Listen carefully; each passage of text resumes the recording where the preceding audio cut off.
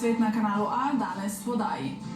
Po tragediji v Velenju je za smrt 74-letnika kriv zdravstveni dom. Obe reševalni vozili sta bili v času njegovega klica v ambulanto v zdravstvenem domu. Kot reče, v pol ure moraš vedeti, da nekaj ni v redu. Je jasen minister za zdravje, ki zahteva izredni nadzor zdravstvenega doma. V Ljubljani podani dobrodošli v naši družbi. Kaj je šlo narobe, da je 74-letnik umrl na poti v velenjski zdravstveni dom?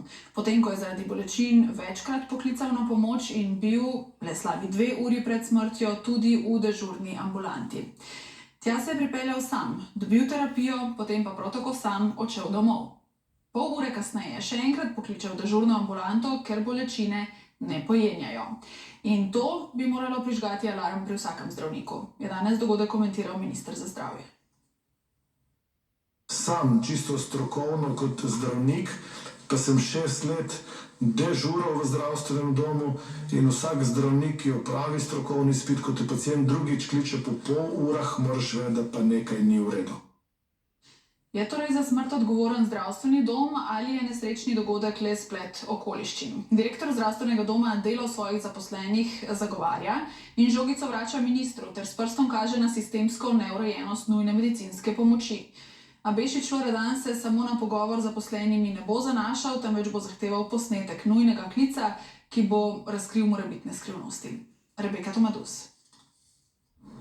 Po upravljenih razgovorih s tisto noč zaposlenimi v dežurni ambulanti in popisnih povzetkih njihovega dela je direktor zdravstvenega doma Velenje prepričan, da napake pri njih ni bilo. Situacija pacienta po oceni ni bila nujna, ker je ledvični kamni niso smrtno nevarna situacija, zaradi tega tudi niso uporabili nujnih vozil, pacientu so dali napotnico in bi ga ob 7 prepeljali v bolnišnico. A posnetke telefonskega klica številke 112 še niso slišali. Ne vem, da skoraj mesec dni časa, da bomo lahko prišli do njega. Mi bomo zahtevali to v najkrajšem možnem času, to mora biti v dnevu ali 2. Posnetki so, to je vse javno. Jaz mislim, da nihče nima interesa, da vkolikor to pozove Ministrstvo za zdravje, nadzor in sam zdravstveni dom, posebej v takih okoliščinah se nekdo obesi na črtico zakona in reče, zdaj bomo pa mi čakali 1 mesec, ker nam je to zakonsko dovoljeno. Pa bo posnetek bolj strogo zahteval minister za zdravje. Prav ta posnetek bo razkril, ali so pacienta o njegovem zdravstvenem stanju dovolj natančno izprašali oziroma ali je svoje druge zdravstvene težave delil. Slednje namreč zdravstveni dom zanika. Pacient v nobenem trenutku, ne z dokumentacijo, ne z besedo o čemerkoli v drugem stanju kot o stanju, ki mu je povzročeno bolečino, ni informiral zdravstvenih delavcev.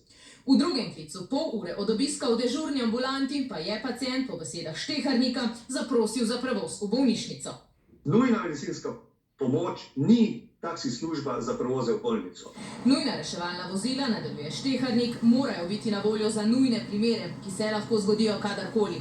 Nenujni prevozi pa se pri njih izvajajo le med 7 in 20 uro. In to je sistemski problem, zato si minister prizadeva še letos v krajih, kjer urgence nimajo, odpreti satelitske urgentne centre. Če bi bil tak pacient obravnavan v satelitskem urgentnem centru z laboratorijem, s posteljo, z vsem, bi mu bila odvzeta kri, bi se pacienta opazovalo, bi se mu nastavila infuzija, kanalček in do česa tega ne bi prišlo. Minister bo počakal, da izredni nadzor najprej dokončno opravi zdravstveni dom. In potem se bomo na podlagi tega odločili, ali, tako kot smo naredili v Celju, organiziramo oziroma odredimo celostni nadzor.